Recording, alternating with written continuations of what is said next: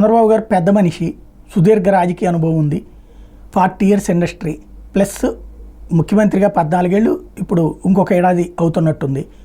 తర్వాత ప్రతిపక్ష నాయకుడిగా సుదీర్ఘకాలం పాటు పనిచేశారు. ఐఏఎస్లు ఐపీఎస్లు ఎవరైనా సరే ప్రభుత్వం చెప్పినట్టే వినాలన్నది ఆయనకి తెలుసు. ఎన్కౌంటర్లు చేశారంటే వాళ్ళు వ్యక్తిగతమా? ప్రభుత్వం సపోర్ట్ చేస్తేనేగా. రౌడీలను లోపలేశారంటే వ్యక్తిగతమా?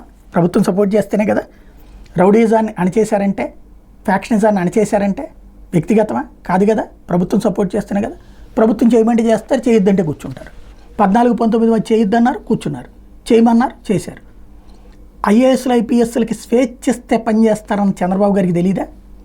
లేదు, ప్రభుత్వాలు ఎలా చెప్తే అట్లా చేస్తారని తెలీదా?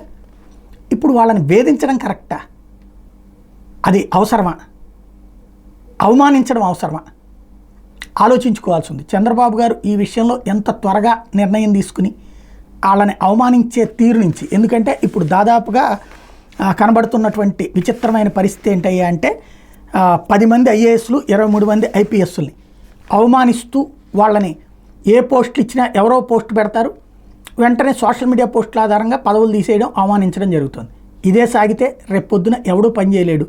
రెండవది, ఐఏఎస్లు ఐపీఎస్లలో ఒక అభద్రతాభావం పుడితే రేపొద్దున ప్రమాదం.